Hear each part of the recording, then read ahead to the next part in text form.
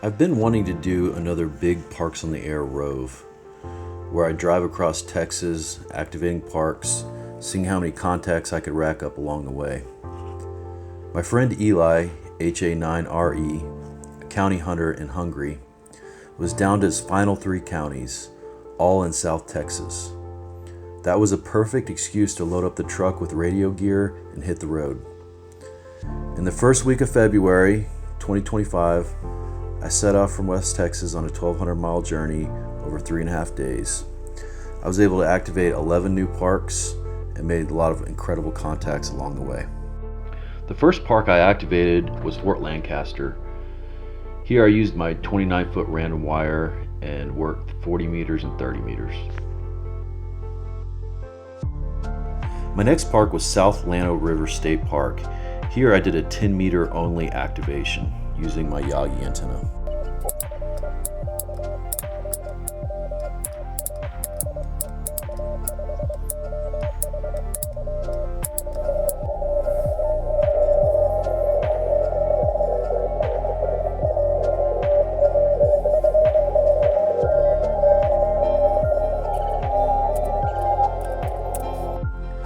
This was one of the most fun activations I've had. It was also very frustrating. I ended up having a lot of DX pileups that were kind of difficult to manage. I would call a few characters and then everybody would come back, so it made progress a little bit slower than normal, but it was a blast working on DX stations. I got back on the road and headed towards San Antonio. Well, we've had a pretty good trip so far. However, I did hit some traffic here in San Antonio. Hopefully it's not too much. We'll see. All right, I made it to San Antonio. I'm at the San Antonio Mission National Historic Park. Right to my left is the Mission San Juan. And then there's a trail that runs through here. I think it's the El Camino Real de los Texas Trail. So hopefully do a twofer here. I'm gonna use my trusty ham stick.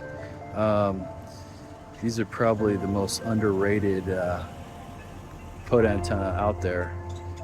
This was my first POTA antenna, I believe, with my G90. And then I used it on a mag mount for a few months as the only setup I had, and it worked really well. And then I went a long time without using it until I put this stake post mount on my truck. This is a Breedlove stake post mount. This thing is solid. I love this thing. We'll see how we do here. I'm gonna eat a quick sandwich and do a quick activation and then head to Lake Corpus Christi State Park.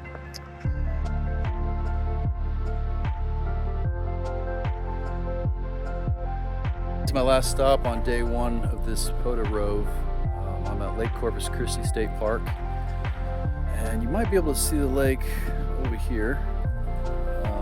Pretty nice campsites here. I've got a pull through from my little trailer.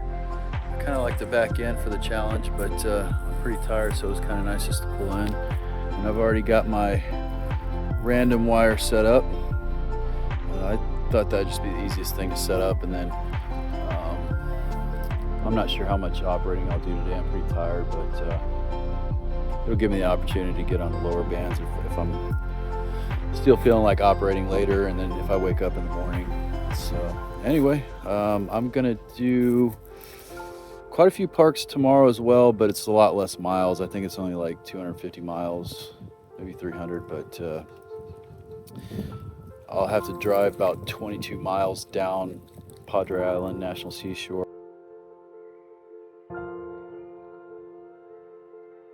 I made a quick stop for Eli in Brooks County.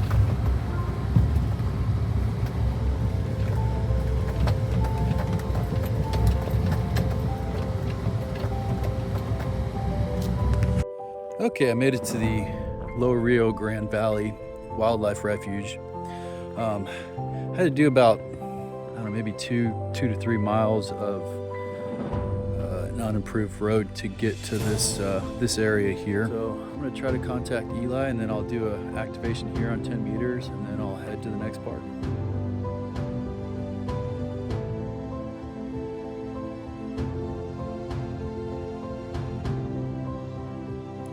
The next two activations were fairly quick. At Redhead Pond, there was a lot of noise, so I can see why there were only 2 CW contacts previously at that park. And then I proceeded to Mustang Island and did a quick activation there.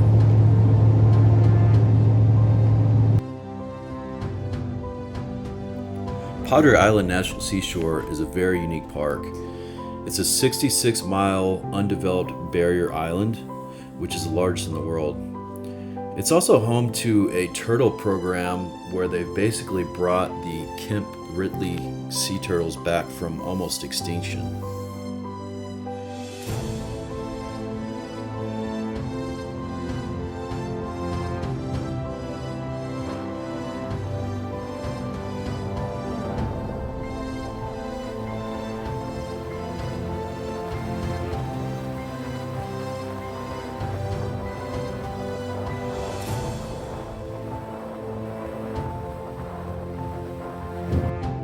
So I made it to Padre Island at the Seashore.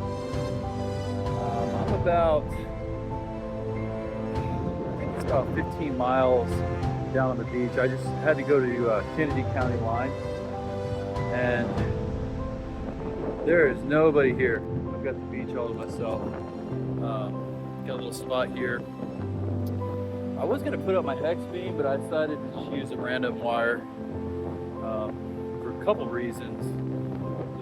Fairly windy, and I didn't think the guys would hold in the sand, and just time. I didn't want to spend 45 minutes setting up and then another 20-25 minutes taking it down tomorrow.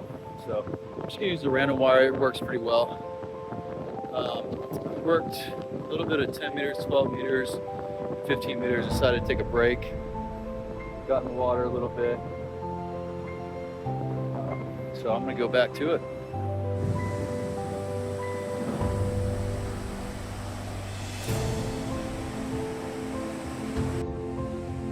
It's approximately 7:30 in the morning. Still here at Padre Island National Seashore. I ended up activating 10 meters through 40 meters yesterday. The upper bands were just great. I had a lot of contacts. I think when I went to bed I got in the trailer probably around 7:30 or 8 o'clock last night, and I had around 200 contacts. This morning I jumped on 40 meters and I got a few contacts, and then my buddy Steve, WI5D, he contacted me and said I wasn't spotted. I don't have service here, and I was hoping the RBN would pick me up. And so he spotted me, and I'm still making contacts fairly slowly. And I looked at my settings on my radio, and I was just running 8 watts. And I guess what had happened is when I left Mustang Island yesterday, I left it at 8 watts. I was trying to do a quick activation, so after I got my 10, I slowly turned down the power, and I ended up at 8 watts when I left. And I guess I never changed it. I'm gonna put up my 10-meter Yagi and hopefully get Elias County first thing this morning as soon as 10 meters opens up. I might do a little 20 meters before that. My antenna seems to be working very well if I made that many contacts at 8 watts. And what I did is I've just got my 29-foot random wire set up on this 31-foot jack pole. And I usually use one counterpoise wire. It's about, I don't know, it's probably about 16, 17 feet long. Then I have another one run to my mag mount, the ground on my mag mount, just stuck in my truck bed to kind of use the truck a little bit as a counterpoise. I happen to have some really cheap 22 gauge wire in the truck, and I had just enough to run one single wire. I don't know if you can see it. One single wire that runs all the way down into the ocean. And I had some old tools with me. I just used some rusty wrenches to kind of throw it in the water and keep it there. So seemed to work really well, because I wasn't quite QRP, but 8 watts is not a whole lot. And I mean, I made some pretty good contacts with that. Even a little bit of DX yesterday on the random wire. I got I think about 2 or 3 Japanese stations and 1 Australian.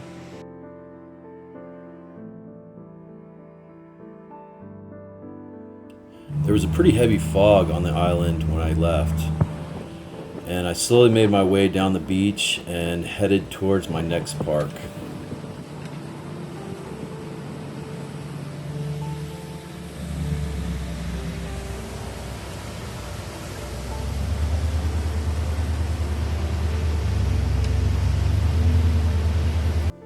At Old Tunnel State Park, I did a quick 20-meter hamstick activation, and then I proceeded to my next park.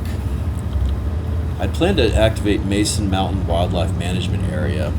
However, after driving to this park, I realized that it was closed to the general public. And I looked up my next park, Fort McCavitt, and I realized it was going to be closed by the time I got there. At this point, I decided to just head to San Angelo State Park and have that be my last stop on my trip.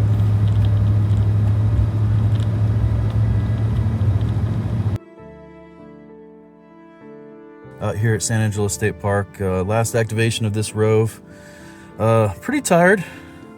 I got some pretty good sleep last night, but I got up around 6 and made some contacts on 40 through 15 meters. And then I spent about a little less than 2 hours on 10 meters. And I made about 109 contacts. Mostly DX. I've got 27 countries, it looks like. Really good signal reports into Europe this morning. As you can see, just a lot of DX. I think about 100 of my 300 contacts